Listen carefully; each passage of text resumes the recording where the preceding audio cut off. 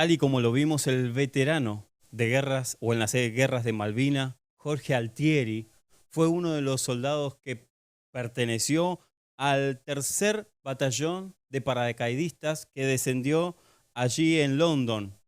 Y una de las bombas enemigas, una de las esquirlas, mejor dicho, alcanzó la vida de muchos de los soldados compañeros de él que estaban en guerra, en batalla, defendiendo a nuestros compatriotas, a nosotros mismos, y una de las esquirlas lo alcanzó a él golpeando sobre su casco.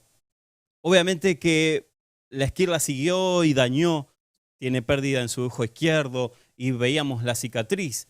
Pero gracias a ese casco, que luego de 37 años, que él no lo había podido recuperar, lo volvió a tener. Luego de 37 años pudo reencontrarse con lo que a él le salvó la vida cuando estaba en batalla. Tras una misión, obviamente, podremos luego discutirnos el tema de si fue necesario o no, pero él estuvo como soldado, defendiendo un propósito, un estilo de vida, una estirpe, como todos sus compañeros y algunos cesaron. Al no tener el casco él, hubiera sido uno de los que hubieran fallecido. Pero gracias al casco que mantuvo en su sien, ese casco le dio una segunda oportunidad. Le dio vida nuevamente. Y él dice, gracias al casco, lo veíamos, hoy tengo vida. El casco me salvó. El apóstol Pablo diría que nosotros tenemos una armadura porque hemos sido llamados a ser soldados. Fíjense en que en el segundo libro de Timoteo, verso 2, capítulo 2, verso 4, dice, los soldados que tratan de agradar a sus jefes no se interesan por ninguna otra cosa que no sea el ejército. O sea, los soldados cuando van a la guerra tienen un solo objetivo y es defender a sus compatriotas, salvarles la vida. Pero soldado que va sin casco va a la muerte. Por eso es tan importante, y quería mostrarles estas escenas, de tener el casco puesto. El apóstol Pablo referiría a nosotros como en el casco que tenemos en la cabeza la salvación. La salvación es el casco que nosotros, cada cristiano, tiene encima, en su sien, salvaguardando su propia vida.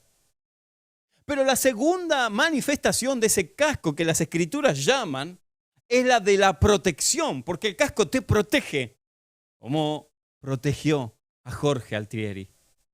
El casco es una suerte de protección en nuestra vida cristiana. Pero, salvando las diferencias y las distancias con Altieri, nosotros hemos sido llamados a ser soldados de este escuadrón emergente en contra de las filas invasoras del enemigo. Nuestra lucha no es contra sangre ni carne, claro que no. Nuestra lucha es contra huestes espirituales que asedian y atormentan a los nuestros, a los que quién sabe todavía no conocieron a Cristo, pero son nuestros, porque en la línea divina de Dios, en su propósito ya están establecidos para que conozcan la salvación. Obviamente que nosotros debemos regar e infectar a todo el mundo del evangelio de amor de Jesucristo, pero no todos lo van a aceptar. Sin embargo, allí, en el campo enemigo, hay muchos de los nuestros, soldados que no tienen cascos, soldados que están a la vera de una explosión y que una esquirla les saque la vida. Y nosotros tenemos la responsabilidad, como hijos de Dios, de ir a rescatar a aquellos que por cuestiones de la vida, del transitar, han perdido sus cascos y están a la intemperie, sin protección. Pero nosotros hemos de cuestionarnos, porque cuestionarnos en el buen sentido, si nosotros tenemos puesto el casco, y no estoy hablando en referencia a la salvación, por favor, hice énfasis en la segunda aptitud de un casco, según las Escrituras, que es protección. Porque a veces la vida nos hace trastabillar y sucumbimos ante la angustia, como decía hace unos minutos atrás, sucumbimos ante la fatídica experiencia de estar en este ciclo, ¿no? De pecar, volver a pedir perdón, pecar, volver a pedir perdón, pecar, cualquiera sea tu desobediencia. Explico, pecado es desobediencia, cualquier cosa que haga que atente en contra de tu propia vida o la de Dios específicamente. Entonces digo, La pregunta, quién sabe, sería mejor dicho, Tospar, ¿tuviste la sensación de perder la protección en tu vida? ¿Tuviste la sensación de haber perdido el casco en batalla? No estoy hablando de en la vagancia, en el estado este de mirar una película de Netflix y se te cayó el casco. No, estoy hablando de estar en batalla. Estar en batalla como aquellas batallas que tenemos que librarnos todos los días. Y esas batallas son las que nos hacen perder el casco. O que una esquirla haga que el casco nos proteja, pero sin embargo salga de nuestra cabeza. Hablo de esa protección que sentimos, que nosotros llamamos, bien dicho, o teológicamente llamamos, la presencia del Espíritu sobre nosotros. Y entonces tenemos que replantearlo. Si estando en el campo de batalla, y hablo de campo de batalla como esto, por ejemplo, sentí que la protección de Dios de repente se fue cuando me echaron del trabajo. Sentí que Dios me dejó. Sentí que Dios me dejó cuando el diagnóstico fue positivo y me dijeron el tumor es maligno, tiene cáncer. O sentí que el casco se desprendió de mí, la protección divina se desprendió cuando me dijo no sos vos, soy yo. Así que necesito un tiempo y me dejó. Sentí que la protección de Dios se fue cuando no tuve recursos para darle de comer a mis hijos y Dios no hizo nada. Sentí que la protección de Dios se fue cuando me criticaron y Dios no hizo nada. Sentí que la protección de Dios se fue cuando tuve que tirar un puñado de tierra y no esperaba el deceso de mi familiar o de la persona que más amaba. Sentí que Dios me abandonó. Que la protección de Dios en la cual yo me rodeaba, de repente se fue.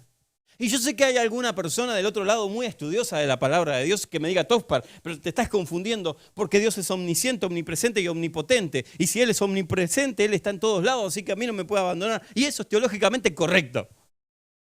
Pero yo estoy hablando, y escúcheme bien, de la sensación. Me voy a tomar el lícito litúrgico de decir la sensación dentro tuyo de que la protección de Dios se fue y que estás solo peleándola sin casco. Seguís en el campo de batalla, pero solo y sin casco. Esa protección que más de una vez se manifestó en tu vida. No es que te dejó abandonado, pero hoy tenés la sensación, aunque correctamente entiendas de que Dios no se apartó y digas, sí, claro, yo sé que Él no me abandonó, pero lo que estoy diciendo es que tengo la sensación. ¿Por qué? Porque Él no estuvo. ¿Qué le hubiese costado sanar a mi pareja o a la persona que más amo y no tener que entregarla a la tierra? ¿Qué le hubiese costado? Que no me echen. ¿Por qué no intervino Él, siendo Dios? ¿Por qué no lo evitó? ¿Por qué no evitó que ese conductor ebrio chocara y me quitara toda mi familia y solamente quedara yo y con problemas físicos? ¿Por qué no lo evitó? Si Él podría haberlo hecho. Él podría haber evitado que yo entre en adicción y sucumba ante la depresión con ganas de suicidio. ¿Por qué no me levanta? ¿Por qué Él no me saca de la situación? ¿Por qué me abandonó? ¿Por qué no intervino? Y son las cuestiones o los pensamientos que todos tenemos. No le creas a que te dicen, no, aleluya, esos pensamientos no son de Dios, amén. Porque ese, desgraciado en el buen sentido, ¿no? Los tiene también. Los tuvo o los tendrá. Porque somos de carne y hueso. Porque nuestro Padre nos creó con estos sentimientos. Nos creó con sentimientos. Y si yo, siendo un padre malo, entiendo y comprendo que mis hijas cuestionen muchas de mis decisiones, siendo un hombre de carne y hueso, pobrecita mis hijas que me tienen que aguantar, ¿cuánto más Dios? Que no es de carne y hueso y que sus decisiones siempre son certeras, siempre es para el bien nuestro. En la Biblia encontramos una persona que, a decir verdad, yo tomo mucho ejemplo, absorbo mucha sabiduría de esta persona, porque me han escuchado hablar de él más de una vez. Y hablo tanto de él porque a veces me siento identificado, porque a veces comparto sus mismas emociones. Y creo que ustedes también. Por eso el Padre, a Él le plació poder tenerlo en la palabra. Él decidió que nosotros tomáramos ejemplo de él porque las pasó. Y él pasó las 1001. Estoy hablando específicamente de José.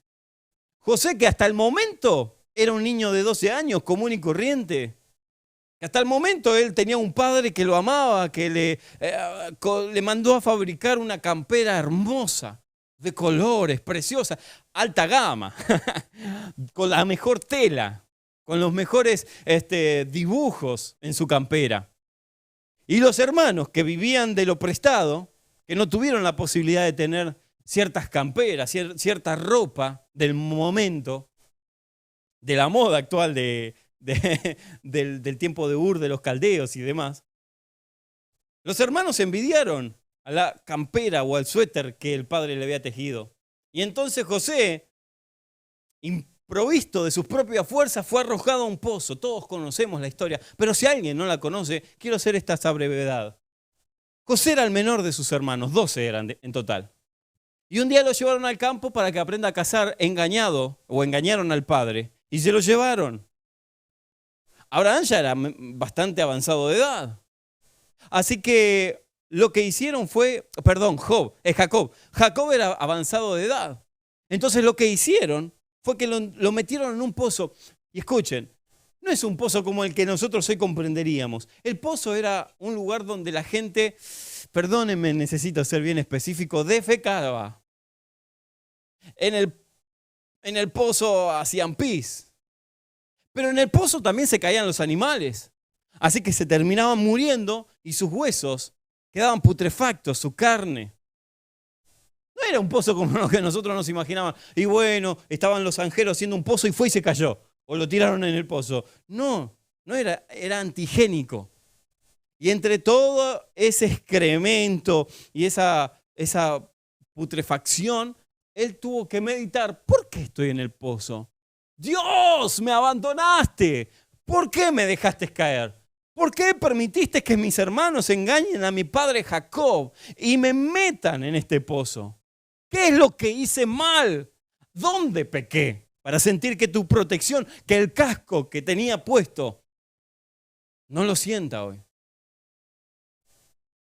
Que la Biblia no hable específicamente de los pensamientos de José no significa que no estén o que no los haya tenido. Lo que pasa es que la Biblia no puede relatar absolutamente todo. Y entonces esos espacios vacíos nosotros los tenemos que leer con ojos de ingenuo, como lo leímos la primera vez, no sabiendo el final. Porque quien conoce el final prejuzga la situación, porque ya conoce lo que va a pasar. Pero el que no conoce está apasionadamente enganchado en mi relato en este momento, porque no sabe qué va a pasar. Y se identifican, yo tengo también unos hermanos que me tiran en un pozo, cada 2 por 3 tengo que andar saliendo solo. Pero digo, él no hizo nada para merecer ese pozo, sin embargo estaba ahí, en el pozo. Y cuando sacan a este hermano José del pozo, ni siquiera fue para tenerle la libertad, porque alguien dice, bueno, salió del pozo, gloria a Dios, aleluya, hermano. Ahora entras en otro peor.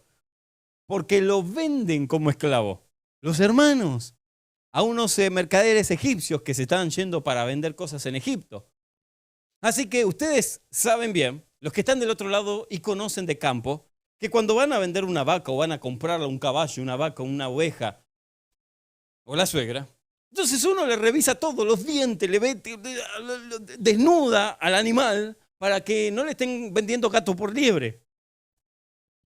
Y entonces así hacen con José, lo desnudan completamente, porque eso hacían los mercaderes, para ver que no tenga ninguna infección, lo revisan. Ustedes saben la vergüenza que una persona puede pasar por estar desnudo ante un montón de personas y que lo estén revisando, para ver si realmente lo compraban o no, si realmente era fuerte o no, si valía la pena tener esa adquisición.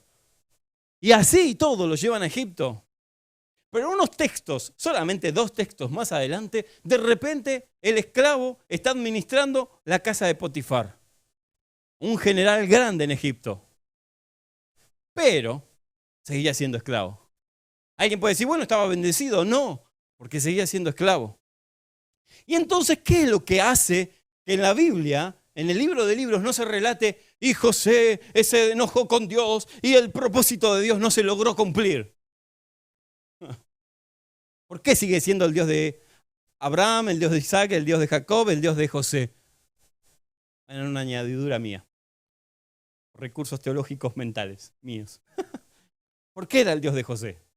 ¿Por qué Dios usaría a José para libertar toda una nación? Para los que conocen la historia. Hay una clave. He aquí la clave que la Biblia nos deja para que nosotros tomemos en cuenta cuando nos sintamos sin protección divina, para cuando nos sintamos que el casco se ha caído de nuestras cabezas y ahora estamos desprotegidos. Fíjense lo que dice la Biblia. Génesis 39, verso 2, aclara esto. El Señor, Dios Todopoderoso, estaba con José. Otra vez, el Señor, el Dios Todopoderoso, estaba con José. Por eso dije, el Dios de Abraham, el Dios de Isaac, el Dios de Jacob, el Dios de José. La clave es que José tenía la presencia de Dios. Por eso, dice la Biblia, tenía éxito en todo mientras servía en la casa de su amo egipcio. O sea, era un esclavo en Egipto con presencia de Dios encima. Potifar lo notó, su amo. Se dio cuenta de que el Señor estaba con él y le daba éxito en todo lo que hacía. ¿Por qué le iba bien, Tospar? Porque él tenía la presencia de Dios. Porque Dios estaba con José. Mis amados, podés estar fuera del pozo, pero sin Dios. O podés estar dentro de un pozo con Dios. ¿Qué hace la diferencia? Que Dios esté contigo. Que Dios esté con usted. Eso hace la diferencia. Porque muchos caminan muy libremente en esta vida y la transitan sin la presencia de Dios, con soberbia, diciendo, aleluya, yo no estoy encarcelado, yo no soy un egipcio más o no soy un esclavo de los egipcios, mucho menos.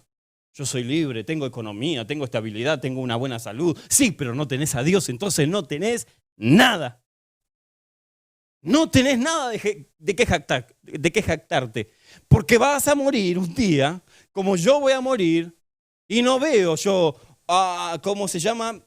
Las caravanas que llevan a los ataúdes, y después también un camión de muebles, llevando todos los muebles hasta la tumba. Ni tampoco un contador atrás del féretro, en el auto, para llevar el dinero. No existe eso. ¿Qué existe, Tospar? Que desnudo vinimos al mundo y desnudo nos vamos.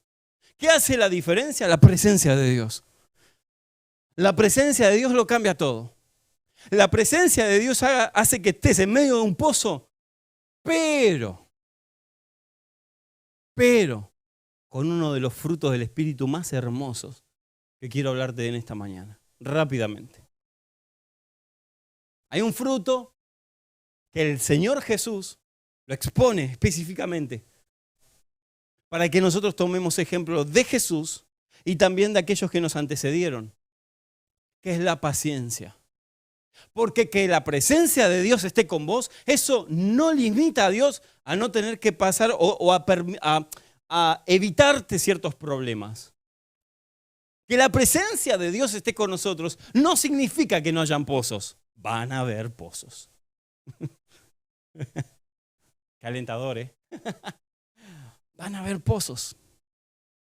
Vas a tener que transitar con gente que te venda. Vas a tener que meterte dentro de algunos pozos. Porque es parte de caminar con Dios o en esta vida. La diferencia es que caminar con Dios y sin Dios es muy importante. Porque el que camina con Dios no tiene perspectiva. Miren lo que dice la palabra. Juan 16:33, porque te dije, el que nos enseñó de esto fue Él, fue nuestro maestro. Dice, estas cosas os he hablado para que en mí tengan paz. Fíjense lo que dice. En el mundo, o sea, en el caminar diario de todos los días, van a tener aflicciones. O sea, yo les quiero decir esto para que tengan paz. En el mundo van a tener aflicciones. Pero, dijo Jesús, confiad, porque yo he vencido al mundo. No está diciendo, en el mundo hay aflicciones, pero tranquilos, que ustedes no las tendrán. ¡Woo! No. Tampoco dice, en el mundo hay pozos, pero ustedes no pasarán por ellos. No. Él dice, en el mundo tendrán aflicción. Venía tan bien el tema. Pero te tengo que decir la verdad. Alguien te lo tiene que decir. Vas a tener conflictos. Vas a tener que tirar un puñado de tierra más de una vez en tu vida. Vas a tener que pasar por el desierto de la economía. Vas a tener que lidiar con alguna enfermedad. Va a pasar. O vas a tener que lidiar con una familia disfuncional o con una pareja que no era la correcta. Vas a tener que vivir en esta vida con aflicción, porque es parte de la vida, porque nosotros mismos la embarramos. No es que Dios dijo, uy, voy a mandar un par de enfermedades, ahora lo del COVID fue de Dios. Algunos diciendo que el COVID fue de Dios, uno de los juicios. Por favor. Capítulo 9 de Daniel dice que en los últimos tiempos la sabiduría iba a crecer, como la maldad, pero la sabiduría también iba a crecer. Santos y amados de mi corazón, del otro lado, damas y caballeros, lo que vivimos en esta tierra es producto del pecado del hombre. No echemos la culpa a Dios. Nada tiene que ver. Pero, aunque Él dijo que en el mundo van a tener aflicción, confíen. Mi presencia, mi casco va a estar sobre ustedes. ¿Se entiende? O sea, no solamente uno tiene la confianza de estar eternamente salvo, de haber conocido a Cristo y que Cristo te dé eternidad. Y no es que no éramos eternos, porque todos somos eternos. Los que van camino al cielo y los que van camino al infierno. Los dos son eternos. Cualquier bebé que nace, ya es eterno, esa alma es eterna. No muere más. Ya está. Pero, ¿cuál es la diferencia con nosotros? Que nosotros somos eternamente salvos por mérito nuestro, porque somos muy buenos. No, diría un amigo, nada que ver. Nada que ver. Es más, muchos de los de nuestras filas, y me incluyo, somos peores que algunos que no son salvos. Pero ¿cuál es la diferencia? Que tenemos eternidad. Eternidad en Cristo. Y Él mismo dijo, confíen, yo he vencido al mundo. Ahora, no queda todo ahí, porque Tospar me estás dando la patología. Entiendo cuál es la enfermedad, pero ¿cuál es el remedio? Ok, ese es el remedio, lo que yo dije, el fruto del Espíritu que Jesucristo nos enseña como fruto. O sea, un fruto va madurando. No esperes tener este fruto mañana. Otra vez, espere, porque le voy a decir de este lado. No esperes tener el fruto mañana. Otra vez, no esperes tener el fruto mañana. ¿Ves, gorda, lo que dice el Tospar? Así que teneme paciencia. No esperes tener el fruto mañana. Se va desarrollando. Es un fruto. Es un regalo de Dios. Es un don divino, pero viene a desarrollarse en nosotros. A veces un poco más, otros días un poco menos. Pero se va a terminar desarrollando el fruto. ¿Cuál es el fruto, Tospar? Que Cristo nos aconseja que debemos hacer crecer en nuestra vida. Voy despacio. La paciencia. Con dictongo y todo. La paciencia. La paciencia hizo que José se mantenga en el pozo, confiando que el casco estaba. Que él ya me lo avisó. Que yo, por ser cristiano, no es que no iba a tener pozo. Acá estoy, metido en el pozo, pero con el casco puesto. Que tengo que echar un puñado de tierra, pero Él no me abandona. Él va a estar conmigo a pasar esta transición. Paciencia, paciencia. Que hay días malos, hay días buenos. Paciencia. Que todo pasa. Nada te turbe. Todo se pasa. Paciencia. Los que estuvieron en un hospital, en una camilla, tuvieron paciencia y hoy ya están fuera. Los que estuvieron sin trabajo, tuvieron paciencia y hoy ya están trabajando. Paciencia. Los que estuvieron lidiando con una enfermedad, luego se fueron sanos divinamente o por la mano de Dios en los médicos. Paciencia, paciencia. Si no vas a hacer nada, no vas a lograr nada con preocuparte. Si te preocupas, primero que la preocupación es mala porque viene del prefijo pre. ante, bajo, con, contra, desde. ¿Sí? ¿Se entiende? Ok. Es preocuparte o ocuparte antes de tiempo. Te estás ocupando algo que ni siquiera puedes resolver. Entonces, Dios dice, la paciencia es uno de los frutos del Espíritu Santo que se manifiesta en cada cristiano y hace que uno tenga norte divino. Hace que cada persona se mantenga firme, esperando el actuar divino. ¿Se entiende? Tranquilo. Pero, ¿y qué vas a hacer ahora? Tranquilo. Paciencia, Dios. Dame paciencia para el gorila que está al lado mío. Paciencia. Para estos hijos adolescentes. Paciencia. Cuando viene la suegra, paciencia, Dios, dame. Ojo, que si le pedéis paciencia, más te va a visitar, ¿eh? La paciencia es uno de los frutos del Espíritu Santo. La paciencia hace que no se endurezca tu corazón, porque de él mana la vida, del corazón. De ahí salen las buenas planificaciones o las malas planificaciones de tu corazón. Y tener paciencia hace que tu corazón se resguarde, que tu corazón no se enferme, que tu corazón no se envenene. La paciencia, sabiendo que en tu cabeza está el casco divino protegiéndote, que la protección de Dios no se fue porque tengas que pasar pozos, que la protección de Dios está aún en medio de los pozos. Paciencia, paciencia, porque lo último probablemente malo que te pueda pasar, amigo, a usted, es que nos muramos. ¿Sí? Pero hasta eso está resuelto divinamente. Paciencia, porque si morimos pasamos de estado, de una vida a la otra. Paciencia. No hay nada que temer si el casco, la protección divina está contigo o está conmigo. Paciencia. Porque el corazón, si no, va a manifestar esta patología. Síganme. Que las personas pueden salir del pozo, pueden tener un buen trabajo, pueden haberle vencido la enfermedad, pero el pozo no salió de ellos. ¿Se entiende? Hay muchas personas, muchos cristianos. ¡Ja! Te podría dar cátedra de cuando hablo con cristianos que salieron del pozo, pero en el corazón todavía están en el pozo. Y no sé, no me está pagando mucho, pero te querías un trabajo. Y sí, pero mira lo que me dieron. ¡Ah!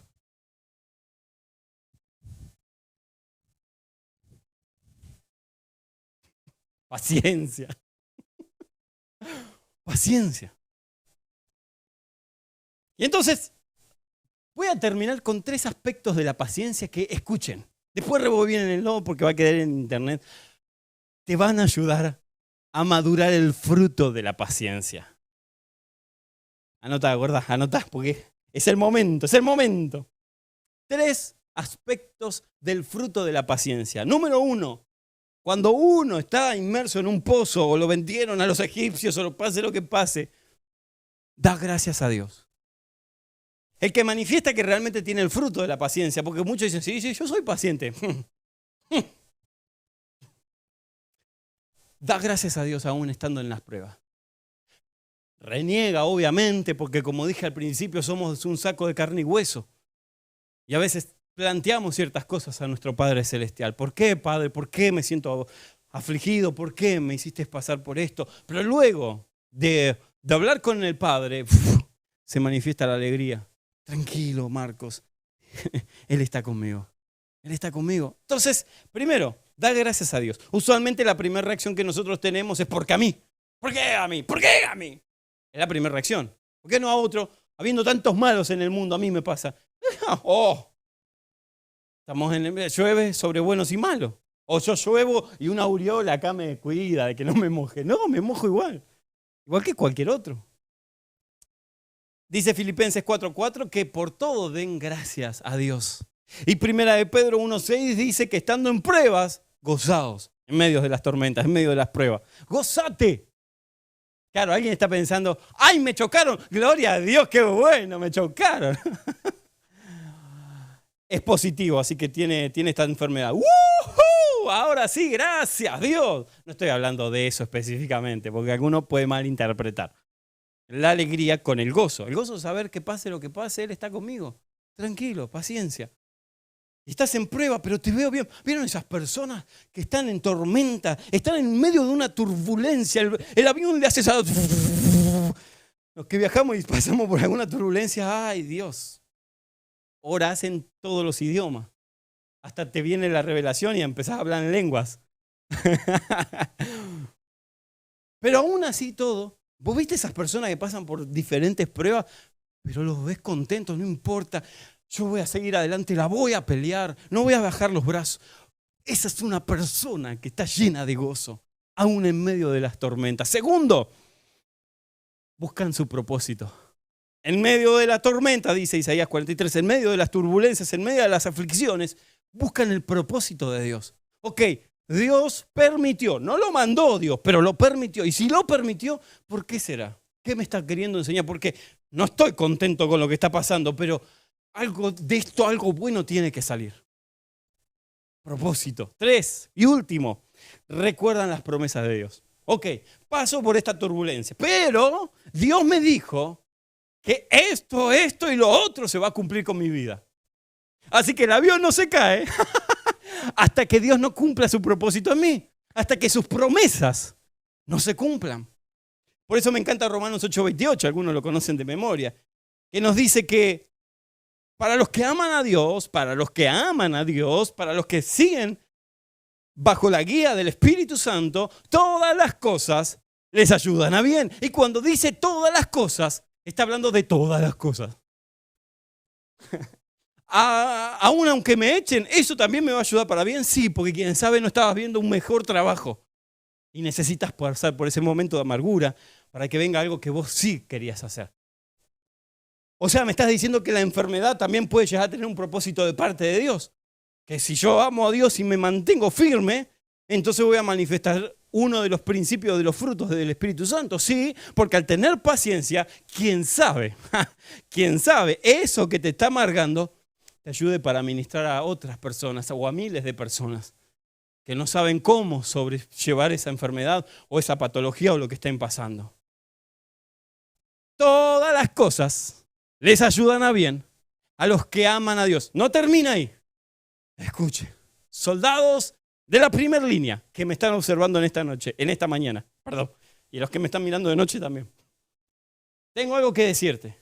El texto no termina ahí. Dice así: es esto a los que son llamados conforme al propósito de Dios. Y acá entramos en el sublime propósito, porque cada uno de nosotros tenemos un propósito para cumplir en Dios. Pero Dios tiene su propósito, que nos abarca absolutamente a todos.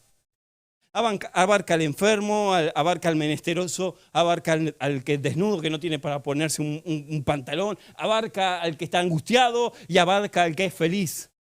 Abarca a todos. ¿Cuál es el propósito de Dios en la tierra con sus hijos? Es muy fácil que anunciemos las virtudes de aquel que nos llamó de las tinieblas a la luz admirable de Jesucristo. Ese es el propósito. Entonces, la protección divina no se va de tu vida. No se va. ¿Quién sabe tendremos que pasar pozos? Sí. Sí.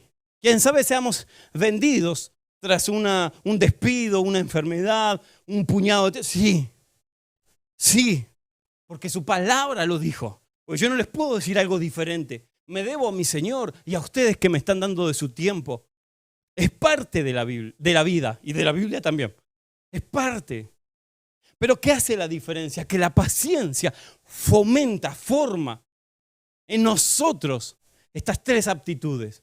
El gozo en medio de tormentas, el propósito. Muchos, ¿saben?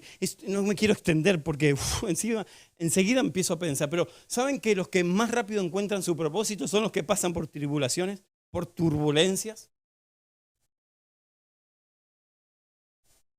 Es increíble. Pero aquel que pasa, y le puedo dar, miren, un montón de ejemplos les puedo dar. Quien pasó por una terapia intensiva o por una camilla, empatiza y encuentra el propósito. Les puedo dar personas, María Teresa de Calcuta, Mahatma Gandhi y Steve Jobs. Dijo él, Y ellos no saben que no necesitan un aparato, un reloj, un teléfono, todo junto, hasta que nosotros no les mostremos que tienen la necesidad de tenerlo. Y es verdad. Y les estoy hablando de personas que, ay, pero todos para ellos no son cristianos. No importa, si ellos descubren el propósito, ¿cuánto más nosotros? En medio de tormentas. Propósito. Y tercero, recordamos su presencia. Recordamos sus promesas. Cuando estamos angustiados, recordamos, Señor, tú dijiste que por tus llagas íbamos a ser curados. Le decimos, si es tu voluntad, sáname. Y se sanan. ¿Por qué? Porque las promesas se hacen visibles cuando pasamos tormenta. Entonces cierra por todos lados, Tospar. Claro, cierra por todos lados. La presencia de Dios es la única que te puede salvar la vida. Como Jorge Altrieri. El casco que tienes sobre tu cabeza, que tenés en tu cabeza, es el único que te puede salvar la vida. Termino con el último texto, apasionante. Quiero terminar con este texto. Dice Job 23:10. Mas Él, Dios, conoce mis caminos. Eso ya te da seguridad. Que pase lo que pase, Él conoce los caminos. Por lo menos los tuyos. Él ya los conoce. Me probará. Ay, eso es lo que no me gusta, pero necesitamos ser probados. Me probará y saldré tan puro como el oro. ¡Aleluya! ¿Cuántos del otro lado pueden entender o sentir esto? Voy a ser probado, pero cuando salga, te aseguro que no bajo los brazos. Cuando yo salga, no voy a salir como un chiquitaje, no voy a salir como un metalcito ahí medio retorcido. No, cuando yo salga de esta prueba, voy a salir tan puro como el oro. Y esos son ustedes. El famoso San Agustín decía, cuán hundidos en el pozo están los que ni siquiera piden ayuda para salir de él. Pero mis amados, ustedes que están del otro lado, saben y comprenden que nosotros vamos a pasar por pozos, pero vamos a pedir ayuda. El casco de la salvación, el casco que nos protege, no lo vamos a dejar tirado. Podremos estar malheridos, pero vamos a ir a tomar nuevamente el casco. El casco va a volver sobre nosotros y no vamos a ser soldados sin casco. Para nada, estas pruebas que estás pasando, déjame decirte de parte de Dios, van a producir fruto, un fruto excelente de la paciencia. Y esa paciencia te va a sacar más puro que el oro. ¡Aleluya! Yo quiero orar por todos los soldados que están del otro lado. Por todos los que comprendieron el espíritu de la palabra. Por todos los que dicen, yo estaba afligido porque esta semana me pasó esto y lo otro. Y me pregunté lo mismo que decías al principio. ¿Me abandonaste, Dios? ¿Por qué? Yo quiero decirte que Él no te abandonó. Él no te abandonó. Podemos tener la sensación, el sentimiento de que su presencia nos abandonó. Pero Él no te abandonó. La protección de Dios está sobre tu vida. Padre, yo bendigo.